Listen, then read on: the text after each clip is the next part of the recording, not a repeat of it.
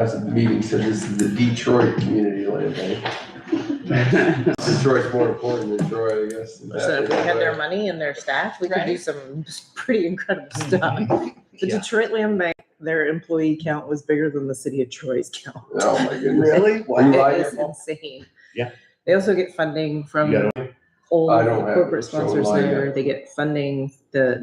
Michigan has a residual funding mechanism through the mortgage reporting fee. So does Pennsylvania and Ohio. We are live.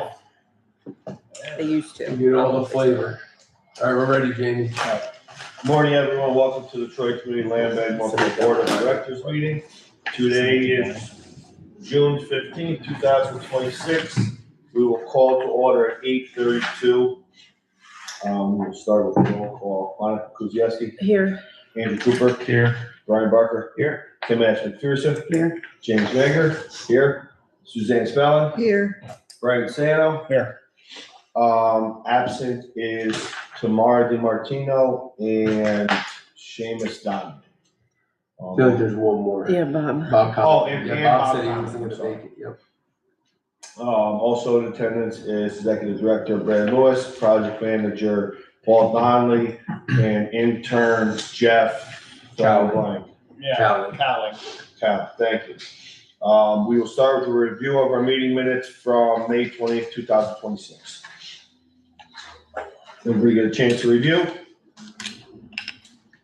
If so, can I get a motion? Make a motion to approve the minutes from May 20th, 2026. Second. Any discussion? All in favor? Aye. Any opposed? Any abstentions? Minutes passed. We'll move right into our financial report with Brad, please. Yep. So first page, we have the balance sheet.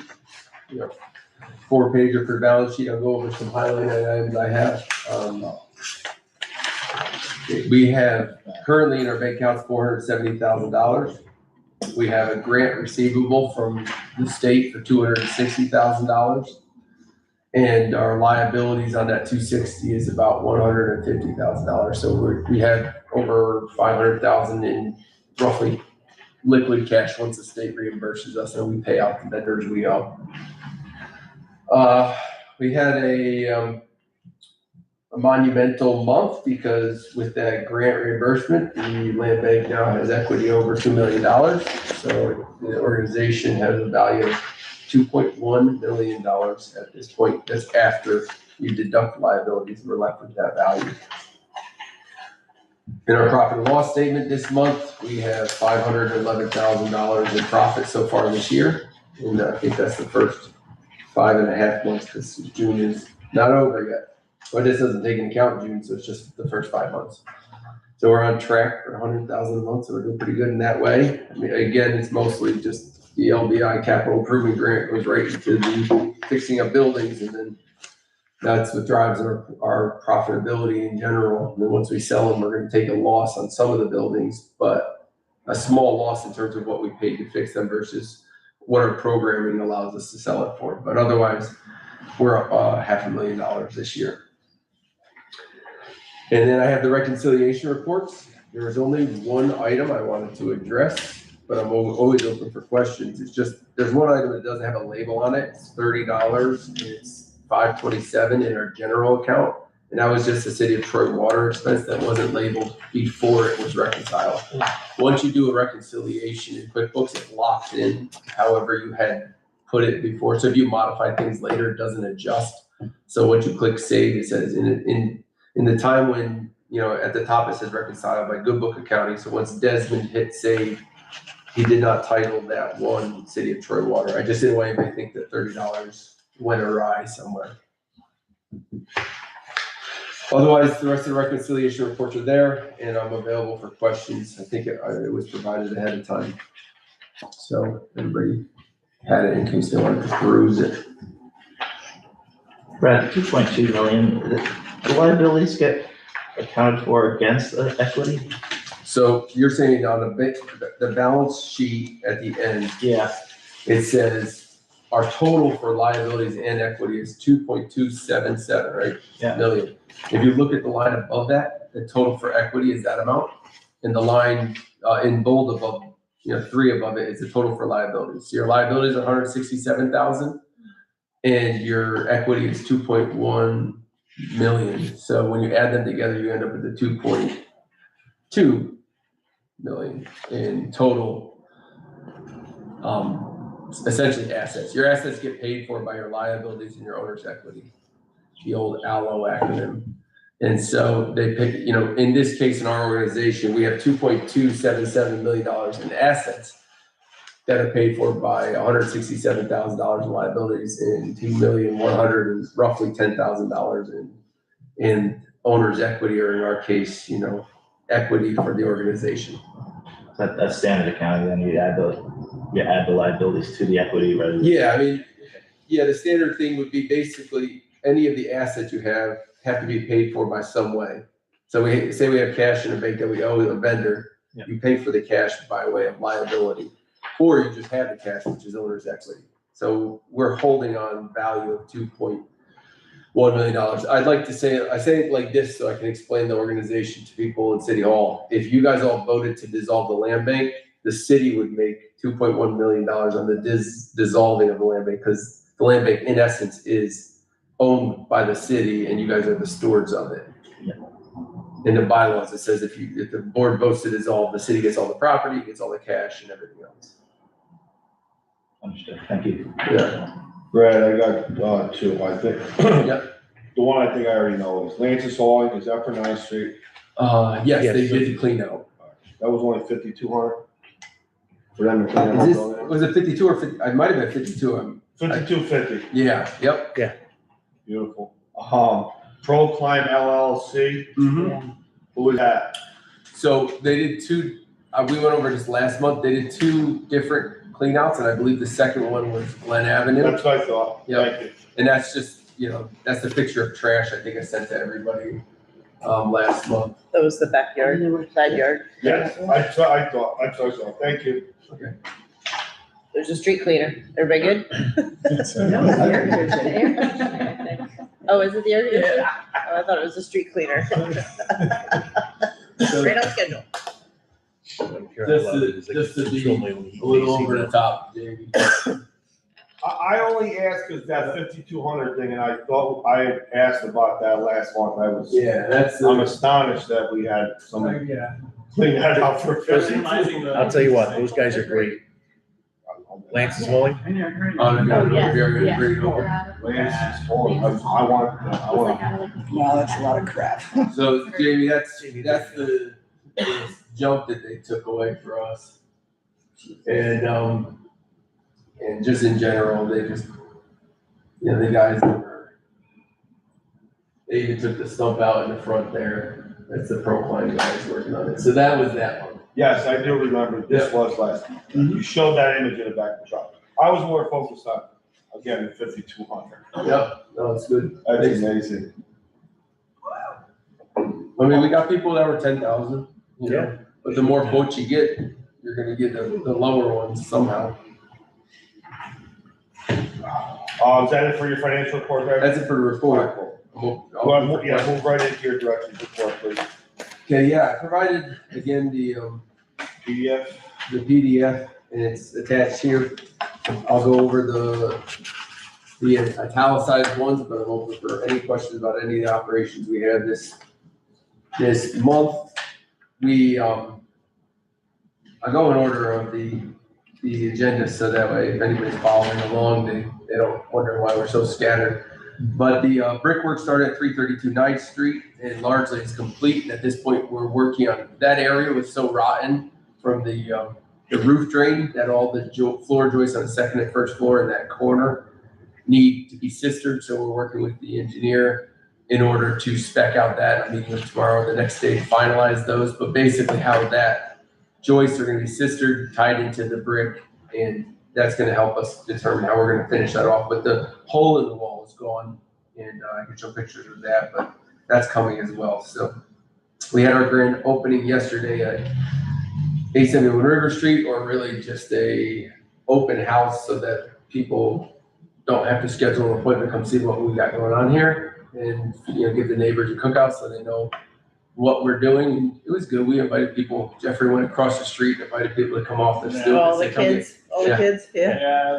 Yeah. They took their share and their neighbor's share of all our chips and soda, but that was the point, so that they could, feel like they knew what we were doing and feel safe around us. So we're part of the community instead of just, locking the door when we walk in, people to feel safe around here, so. If I may add to that, there were several leftover frozen hot dogs, hamburgers, and some chicken.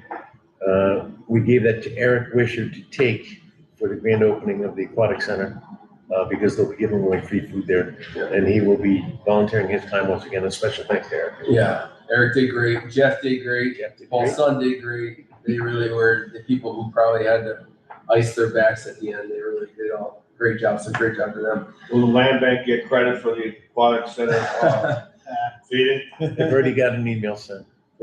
We, and we have a technical problem with the land bank. We don't have a freezer in here.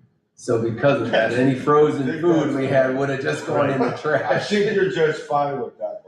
Yeah, I mean, we don't really, I guess I could have frozen chicken tenders, microwavable, but we don't have either of those. So anything that we could save for organizational use, you see on the table over there, but anything that was gonna be disposed of, we donated stuff to Joseph's house for All the rolls went to Joseph's house, etc. Just so long as no food gets spoiled. Yeah. That was really, that was, That could also be part of a, not right now, but longer term sustainability mission piece, for the land bank itself, whether it's in our projects or our events or something like that. We can start talking about that kind of initiative. yeah, the entire event cost the land bank less than $500. No, which is great. except for the picnic tables. The tables. Which, by the way, Which you we guys keep. will like your bookkeeper now. I had them shipped on Amazon because Home Depot was out of them. And I shipped them, and you have to have an Amazon account to do it. So my wife has an Amazon account, and he sent me an email, said, "Why did Lauren Lewis get picnic tables?" Okay, it's a fair question. It's just one of those things where we needed them for outside. They're in the basement here, but he's on it. He's double checking everything, so he's good. It's also safer to ship it to his house than it is to ship it here because we're not here 24/7, obviously. Yeah, traditionally, that's what we've been doing. All right, I went to the auction. On our handout for the executive director's report, I wrote that we won 2 properties, because then when I left there, we had won 2 properties. But a day later, I got a call from Sharon that said, she's the assessor, she said that the 3rd property that's on the list, 436 4th Street, was awarded to us because the winner backed out of the deal. He didn't want it. So it's an interesting property in that I think the owner of the property next door is Finelli, and Finelli claims that 4 foot of the building is on his property. And so he told the gentleman that had won the bid over us that, and that gentleman got scared and said, "I'm not gonna give you a deposit if I'm just gonna end up forfeiting the deposit because I don't even have a building that's fully on the lot." And so Sharon was a little apprehensive. I told her this is exactly the type of thing that our land bank is supposed to solve, is lot line problems and these sort of issues. Otherwise, it's just gonna be wrapped up forever. So what better use of our resources than to solve To it clean it up, yep. if the lot line is a problem? I think it's just a concrete structure. I'm gonna pull it up. I think it's just a concrete structure on the side, and I haven't investigated it, but it just seems like it is just something to strengthen the foundation that was poured years ago. And this is what I'm guessing. I'll pull this over. There's a 4-foot concrete structure here for some reason on this building, and I'm not sure what it is, but Finelli owns the land over here. And Sharon's interpretation of Finelli's position is that he wants to be able to take this building, demolish it, and build a couple of buildings here. And rather than bid on the property, he thought he would just, feed this information to whoever wanted, so that way they continue to not be able to sell the property. But, as part of our mission, we can keep stacking money away, but this is a type of problem where we can solve it with some of the money that we get from the property sales we get. So we ended up with 3 properties, 2 for $25,000 and 1 for $35,000.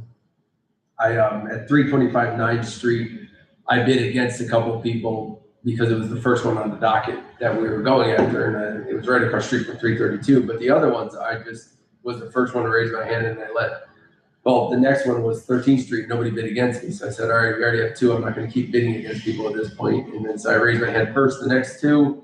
And each time both people bid $26,000 and won it. Of course, 436 came back to us for $25,000. So that's the auction. On the repair program. Do you know John Finelli? No, not personally. So he originally, when I'm going back a long time ago, I think when I worked for Mayor Lou, he originally wanted to do a residential project down here. Mhm. So it might be interesting to have a conversation with him to see what his thoughts are on this whole thing now. Yeah, I'm gonna talk to them and say, I just wanna see what they want. I reached out to them over a week and they said circle back to me on Monday. Yeah, no, it would be interesting to see if he'd be willing to kind of go into a program, even a bigger program, right? Like not a $97 million one, but maybe like a Habitat or like the state program that we're working on. Move in New York. Yeah. Yeah. Cause the vacant land, and then we can renovate the existing and then build additional. Yep. That's a nice little block right there, with Yes. the church across the street. I agree. Well, the repair program launched last month. Jeffrey and Paul really did the horse's end of all the work. I think we had 40 applicants came in, and they went to every house. There's one person whose email got lost in the shuffle. She emailed in May 20th with her information, and she called me last Friday and said, you haven't emailed me back. And I checked and I didn't email her back. So I said, get all your information in before Monday. So I have her information. Me and Jeff are going to go over it after the board meeting. But all in all, 40 applications, 39 are completely scored. And Jeffrey and Paul, I think they did a tremendous job. Jeffrey, do you want to speak to the program, how it went for you?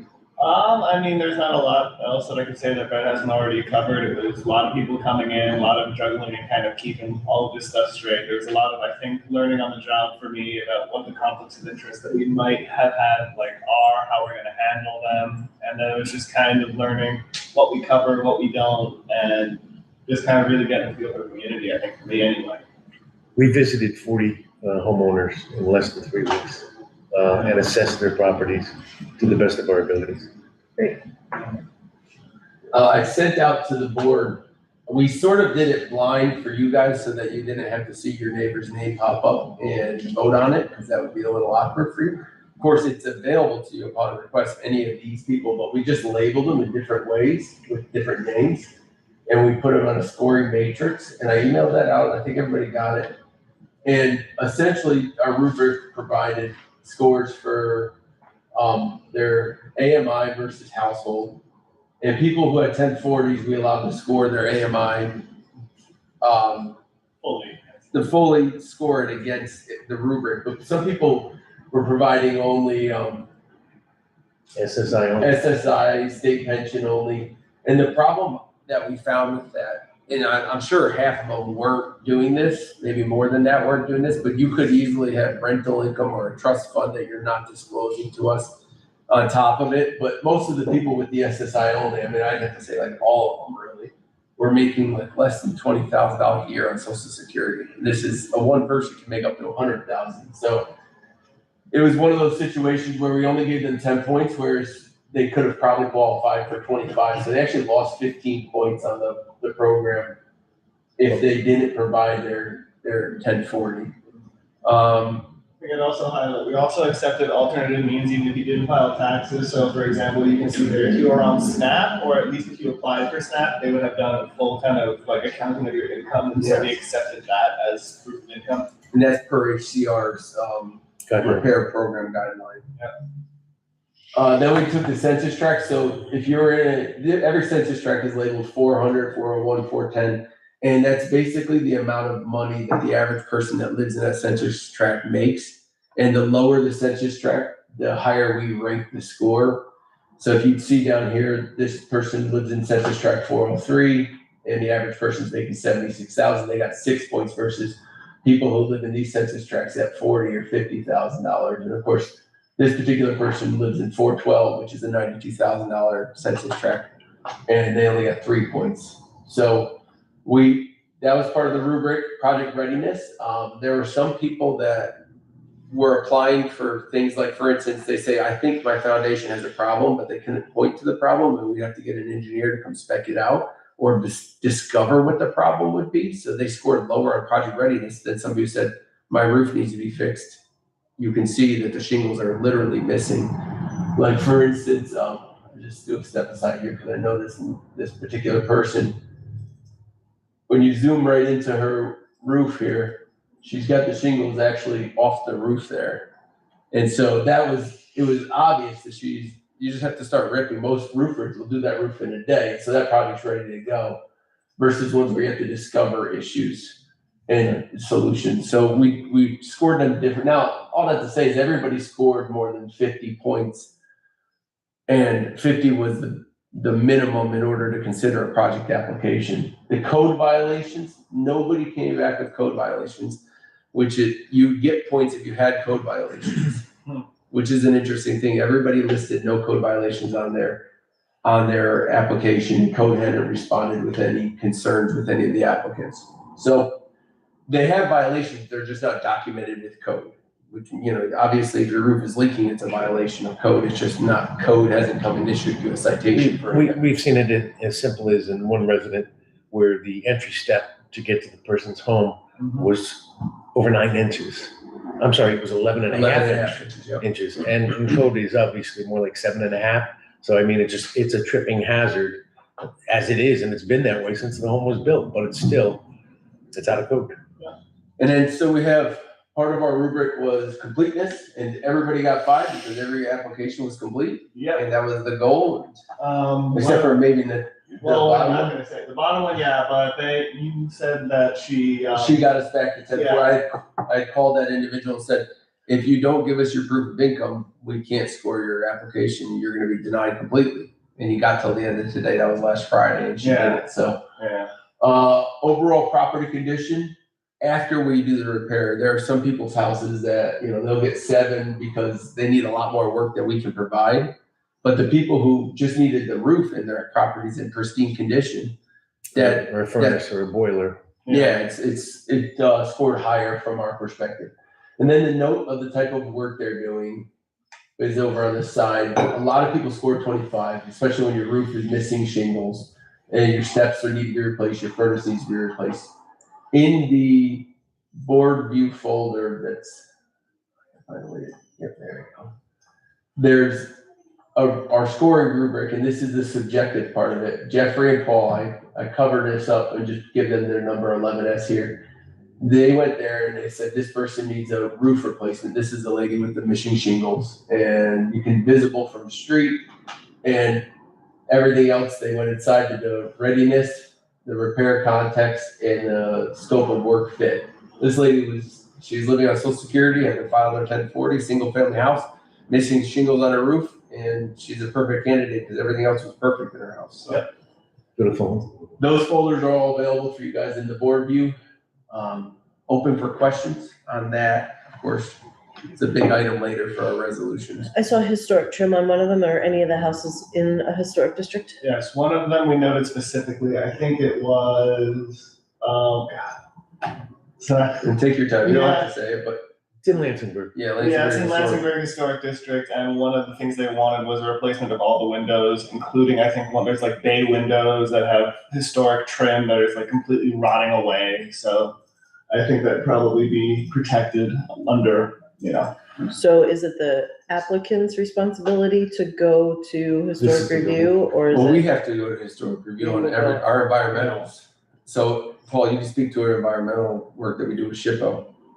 Yeah, that's gonna take place with each and every one of these 40. So we're gonna have to make applications to SHPO as well as forward off to HCR. And we'll go through that process. It's gonna be a lot.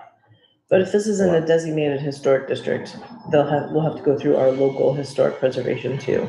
This is As part a of the historic district, however, that building is not on the historical register. No, it's in the city of Troy. It's in the city of Troy Yes. Historic Mhm. District, so Yes, you'll, yes. as part of the planning process, they'll have you go through historic review. RH, Historic Review Committee. Right, so even despite SHPO, right, I mean, but that's good, SHPO approval helps that process. Yeah. So I guess, so is it the contractor, the window contractor who is gonna go through that process? Are we doing that process for the owner? Okay. But I think most of what the goal here is to essentially scrape paint and repair rotten items. I thought that might have been trim bowed up. They have electrical tape underneath here, so it needs a new sill. Or electrical tape or just duct tape or some sort of black tape Yeah. as a It's a beautiful house. flashing. Yeah, the house is great. And it's a multi-family, so we have a lot of people. Monica, does the city's HRC meet monthly or is it quarterly? You know, I don't know anymore. They used to meet monthly. I don't know anymore. Mhm. But it should be part of the permit approval Our process, process. right? So is it the windows themselves they want to replace, or is it just what's around them? It's yeah. the bump And out, on the- it's the bump out of the house? Yeah. Yeah, that's the so you front, can yeah. go right in there and look here, it says window and trim rotted, air leaks Everywhere. everywhere, individual property not on the National Registry, Lansbury Historic District, repair, replace rotten window, trim, replace windows, will be something, visible. Yeah, great after, that's it, we'll be great after, highly visible, kind of repair. Sorry, my handwriting's like not great. Sorry. But essentially we filed all that in and took the pictures for you guys. Well, you wanna see that?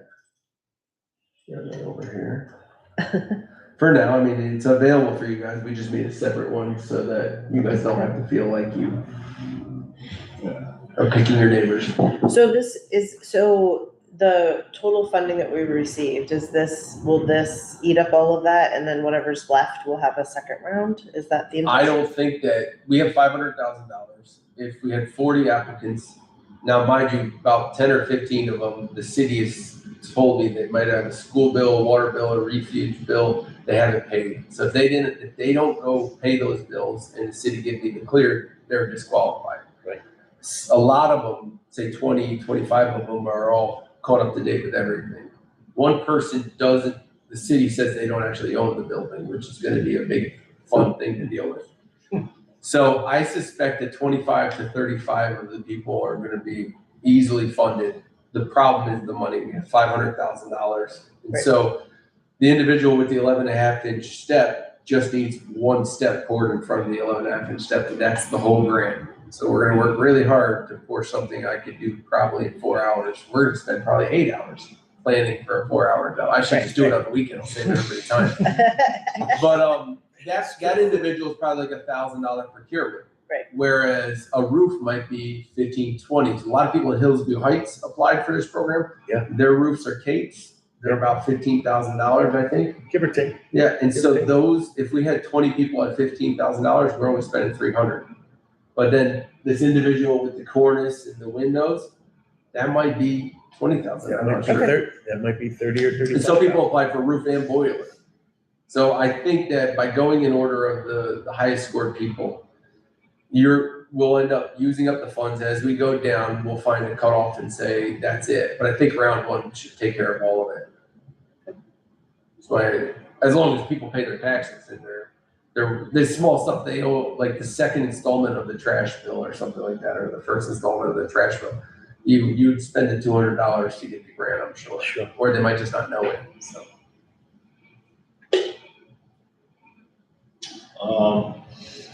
Did you discuss the land bank conference, Brett? Yeah, as long as everybody's done with the repair program. I know that's the big part of today.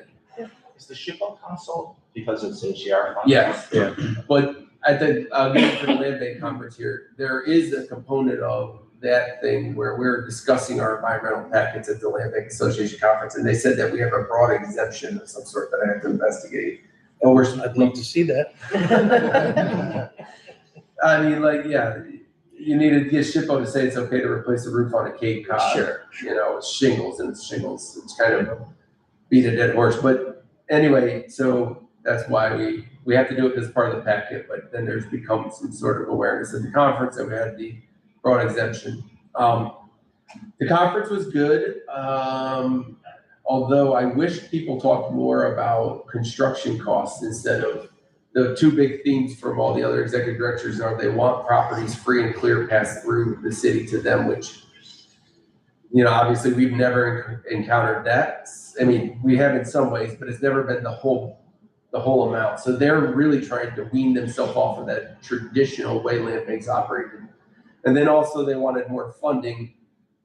And then at the end of 8 hours of hearing people say this, somebody said to the moderator, Lady Kim, she's talked about being from California, New York City. She was just somebody nationally known in housing. And she said, honestly, I've seen all sorts of land banks throughout the country, and your state is the most well-funded land banking like organization style from the state's perspective. And I'm hearing all you guys talk about funding. So it's, I personally, you know, obviously think that we should be focused on construction costs and getting more money for our, more bang for our buck. John McDonald was here on Saturday and he said that you guys correct me if I'm wrong, he said we were like leading land banks in using state money wisely. So I think the state wants to see the people in the land bank, other land banks get more housing units per dollars of HCR funding. You know, I think they need to learn it some other way because they were just given free properties and were able to sell them. People can't believe our square footage prices upon completion of work. So that's really what's sending a shot across the bow across the state. Yeah. So Just a different way of operation. I It is. mean, like, it's just the benefit of having two people who have done the work, right? Versus, you know, somebody else who has not. yeah, You know, and just is gonna procure the contract, and then there's a slate of people that get paid along the way, administrative fees, right? Everybody's gonna have their 10 to 15% on top of everything. And Yeah. we're eliminating that very big Some of them, overhead and profit, Mhm. right? The contingency funds and the overhead and profit of every contractor down the line, you know, it takes up that money. Sure does. yeah. So the conference went well. I enjoyed Geneva in terms of being on the lake, but I felt like the thing I got back out of it is that they need to reorientate themselves. Maybe the SHPO thing would be great, but Let's find out, please. yeah. Any other items you guys want me to talk about? I can. Is there a hierarchy within that conference? That, you know, like, you know, there's people from within land banks that are responsible for driving the agenda, driving content that's covered there. Yeah, there's a board. There's a an board. executive There's some director. people that have been around for 10 or 15 years that you can sort of just see that they're the old guard. Yeah, okay. I mean, different land banks do different things. Suffolk County is in Long Island, and they have a land bank, and they deal with mostly brownfield remediation because, Always have. yeah, people just want to buy houses on Long Island right out of New York City. So that's what they're really good at, is using those grant funds to brownfield remediate. You know, they were there. I talked with him. There's other people that, you know, like Syracuse has done thousands of properties, whereas we were coming up on maybe getting closer to 100 of properties transferred. They've done thousands upon thousands. So the number of properties some of the land banks are doing, but then again, you know, we have a really high quality assessor, in my opinion, in the city of Troy, who's worked well with the attorneys that deal with this stuff. Dan, I think is his name, to do the foreclosures and get them into people's hands. Whereas Syracuse maybe just said, we want to just create a land bank to deal with all that because it's much simpler. Rochester does a similar way. They have everybody, different land banks will have MOUs with their internal staff of the city itself, much like you When we started, but yep. then it evolved into. Rochester was really, when we first started, Rochester was kind of like who we would want to, at that point in time, wanted to operate, because it was literally an agency within the assessor's office, and they, you know, sequestered everything out. Syracuse is just a monster, just a complete monster. And they also are heavily funded through their county and their city, through dollars. I mean, Well, that's like- one of the things that, you know, yes, we've gotten ARPA money. The initial seed money, if you remember, right? The initial seed money for this organization was $50,000 from the LDC. And that was it. And then everything else started with grant and has been done through grant funds and Attorney operations. General grant, Right, ARPA grant, right. now The first, LEI grant. that first 1.3 was the one that started the blight removal with the city, and we negotiated with the city and said, we'll take the properties down at hundreds of thousands of dollars, and then you transfer them to us once we take them down. So that's how the organization started. So I think that's one of the biggest challenges is going back to, it's a challenge, but it's also a blessing, is because we aren't seed funded from the county or the city, right? We become a little bit more nimble and we have the ability to be a little bit different. Yeah, unlike Albany, I mean, in Albany County, the land bank gets all. They used to get all. Oh, they don't They used to. Well, anymore. with the Tyler decision, that's what everybody's complaining Oh, about right, at the right, conference, right. is that we just want the properties free and clear. You know, obviously, we just spent $80,000 to buy 3 properties for the city, whereas these people used to get dozens of properties just transferred right over to them, and they could sell, for instance, Albany could sell all their Bethlehem foreclosures and keep the profit and then pay the mowing bill for their Clinton Avenue stuff. Yeah. Now, you have to pivot to being a developer instead of being a land owner. I think Albany County Land Bank had initial funding from the county as well too. I don't know if it's still an annual amount, but We don't know on the 3 properties that we were buying, how much was owed and like, Nope. I mean, I wouldn't think that we would, but I'm just, because I was thinking, I was like, I wonder how that worked out, with. For them, Yeah, for the it's city. not our for- responsibility. Right, no, I know. Yeah. Yeah, I was just curious if it. Greg, did any of the vacant lots sell? Yeah, all of them. Really? Old 6 sold to the next door neighbor, Lincoln Avenue sold to the next door neighbor, and I don't For know. if the two- 10,000. The 2 on Cobblestone sold, and I'm not Wow. sure if he was a neighbor. And then, Campbell Avenue had a little bit of a bidding war, and eventually sold for like 13, so. was Was that the one on the hill? No, well, Campbell Avenue is across from Inferno, so like you couldn't really get there right now with the closing of the street. Yeah. You could, but you couldn't. We used to buy that land for $200, vacant piece of land, yeah. That's a lot of money, 10,000, that's the first time for that minimum bid. well, Yeah. it's the challenge is the minimum bid, but it's also if they owe back taxes, right? And the property owner piece of it. So $200 the city would have owed. So I wrote an email to Rick Morrissey, and I said to him straight up, I don't think you have an issue this time because I know Manor was gonna sell, it went for 190,000.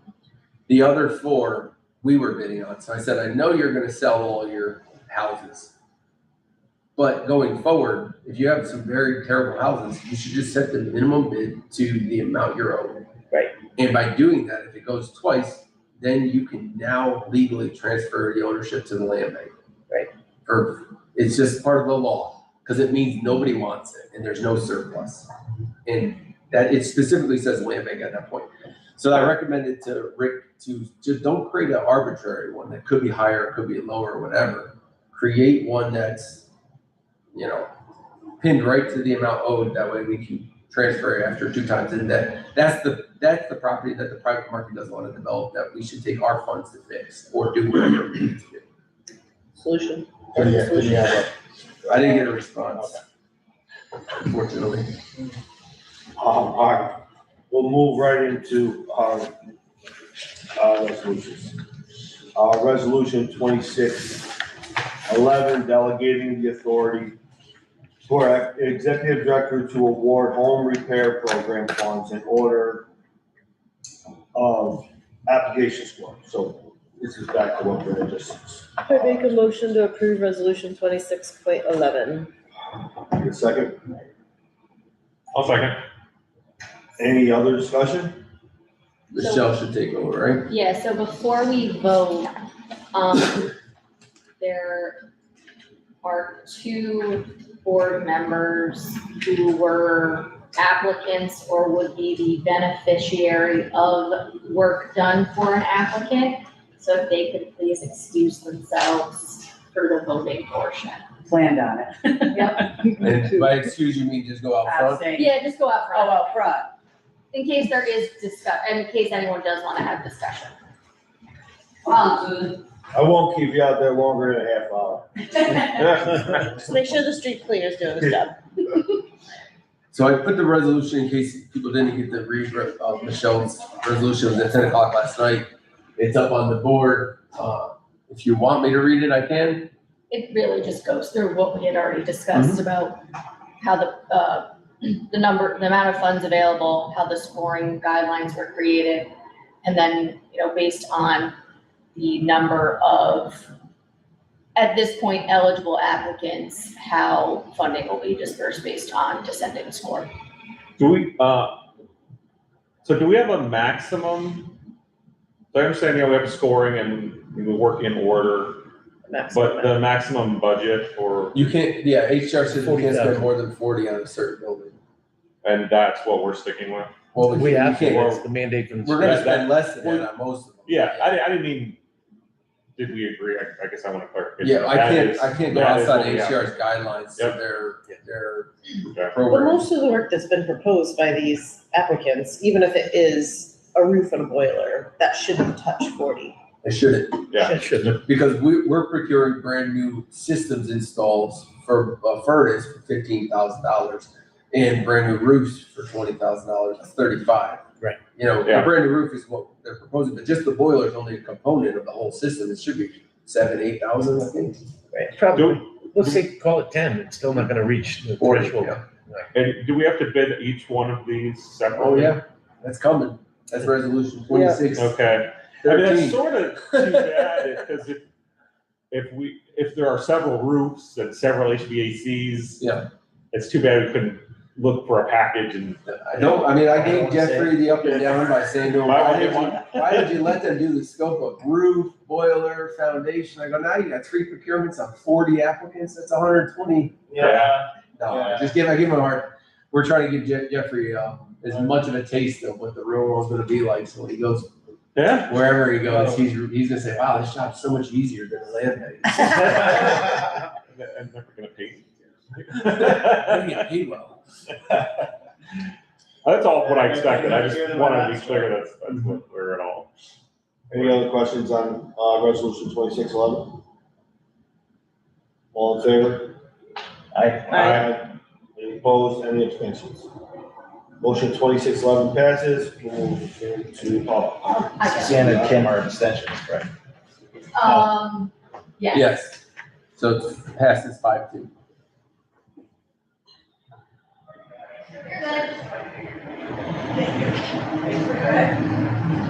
I always being clear. That's fine. It's nice. It's beautiful out. The only thing I would say on these resolutions, Brad, is, you have 5th floor on there. East 71 Fifth Street. Oh, yeah, Yeah, just delete that. I'll fix that. I know. I noticed it. 3 months later. Well, I got our, The 7th floor of Monument Square was throwing me off completely. Cause Yeah.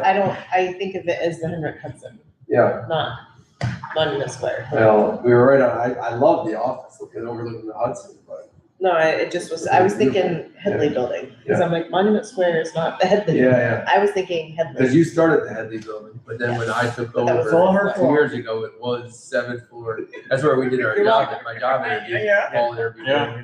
You're welcome. All right, so Resolution 2612, authorizing the marketing and listing here's- of 3346 Ave. It was an A&D recommendation to owner occupied affordable 100% AMI. Can I get a motion? I make a motion to approve 2612. 2612. I second. Second. Any discussion there? All in favor? Aye. Any opposed? Any abstentions? Motion, or resolution 2612 passes. I just want to comment that the way this resolution is written, we're listing it ourselves on our website for sale. And at any board meeting going forward, you guys can decide if you want to list it with the broker. But at this point, the A&D committee recommended listing it for sale essentially by owner. I'll put it on Indeed too. I think I can, or not Indeed, excuse me. There you go. Zillow? Zillow, because we had the Zillow with the, applicant, or the rental applications. So I can list it on there too, but it's for sale by owner until the board decides to switch that. And it's not like Are we gonna do a marketing promo around it through social media and stuff? yeah, I mean, I think part of the big thing is putting out notice that we have a property for sale. Yeah, listed everything we can on Facebook at least. Yep. Resolution 2613, authorizing the executive director to hire a facilities and construction specialist. Can I get a motion? Motion. Second. Brad, you wanna? Yeah, let me give you well, first things first, I wrote a little memorandum of support, sent it out to everybody. I put out some job descriptions, there's 4 of them, to sort of give people context of what the duties that we're working on internally. The most granular thing I can say is there is a fire extinguisher sitting over there and somebody needs to just bring it upstairs and screw it onto the wall. And that was part of our insurance agent saying, you guys missed this one. I think their fire extinguisher is over there in the corner. Our fire extinguisher is in there in the corner, but on the floor is another one. But the granular point of that is we first off need to deal with 40 procurements for the repair program that are upwards of 3 procurements per. So that's 120 potential putting it out to bid and bringing it to the board, which saying that out loud sounds like, oh gosh, you might want to do this in bulk. And then of course we have our 3 projects we're working on. We're potentially going to move in New York. And there's also an opportunity to have somebody, depending on the individuals that might apply, find somebody that can even cut our maintenance costs on mowing the lawns or shoveling the snow or You're just reading my mind. picking up the trash. I mean, yeah, it's like for 836, 834 River Street, we're gonna charge $50 each. And we're sort of I'm not upset about that. That's a normal rate, but at the same time, we're at the mercy of that person. If they don't show up, like last year towards the tail end, our vendor sort of just stopped working with us because the grass went brown in August. And it was like we had split it between 2 vendors. So we were lucky that the first vendor, who's from Lake George, and I don't know, he just responded to our RFP. He came in and took the rest of them. But, there are certain things where the vines are growing at 32 Glen Avenue every 6 months. We got to cut them down. And if we got to pay that money, it's sometimes thousands. So anyway, between just the support for the hands-on part of it, I wanted to create a position that was very hands-on. And the reason I create the job description, so you guys know that obviously, Paul's dealing with all of the environmental packets with HCR. And I think they're about 20 pages each. And we have to do that for the next 40, plus the 3 projects we're working on, plus the 3 vacant buildings that we might do later. Yep. And of course, that's with HCR, but then we need to do all the contract reporting and the bid walkthroughs and that sort of stuff. So just having a support person that can maybe monitor the construction in progress would be good too. Any other questions? Actually, I just forgot. So do we anticipate this will be, as far as we know, a permanent position? It's potential.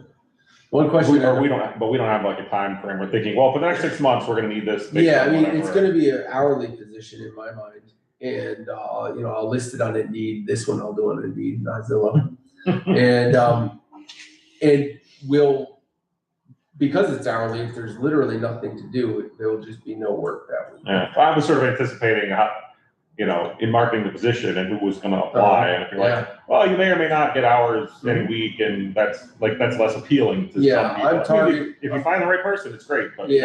I'm hoping to find people that see the mission as valuable, maybe are retired or one, it could even be have their own business potentially as a handyman, but say like don't have 40 hours a week or, Yeah, that'd be nice. I mean, those are great scenarios. If you can buy it, That's what we're gonna try to find. And the pay is I put it at 35 because we're paying, when we do hourly rate for the gentleman, we had a construction company, Borland Construction, do hourly, he was 45.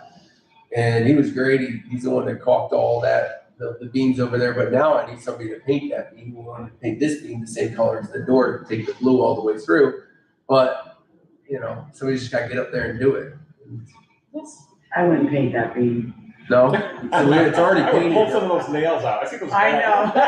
Right. I like the beam. The beam was painted with a mold killer. And that's Yeah. the white. Yeah, that's on why it it's now. white. So, but anyway, that's. Thanks. All in favor of resolution 2611? 13. Aye. I'm sorry, resolution 2613, thank you. Aye. Aye. Any opposed, any abstentions? Resolution 2613 passes. We have no old business, we have no new business, we have no other business. Can I get a motion to adjourn? I make a motion to adjourn. Second. All in favor? Aye. Alright, next meeting is July 15th. Thank you. Thank you. Thank you. Thank you all. See you all later. Bye, Trip. Bye, Kim.